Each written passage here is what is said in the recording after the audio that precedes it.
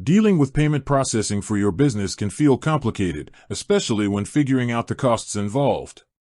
Let's look at the fees FavePay charges merchants. FavePay has a few components that make up the total charge to a merchant. The first is the Fave fee, which is a transactional fee, often referred to as a merchant discount rate or MDR.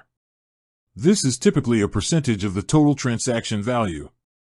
While the exact percentage can vary based on your specific contract and region, a common Fave fee is around 1% of the payable amount, plus any applicable taxes like GST or SST on that fee.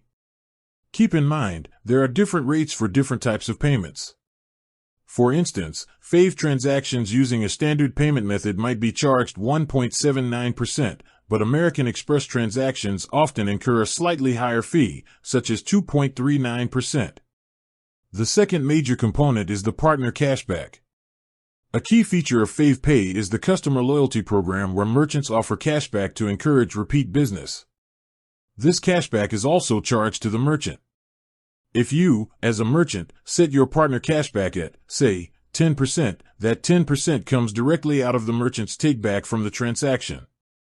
This is why the total cost to the merchant goes beyond just the base Fave fee. So, for any FavePay transaction, the merchant's net income is the customer's bill amount minus the Fave fee, minus the taxes on that fee, and minus the partner cashback issued to the customer. In short, FavePay fees for merchants involve a standard transaction fee plus the cost of the cashback loyalty program that the merchant sets. It's a structure designed to drive customer loyalty, but one you need to factor into your pricing and profit calculations.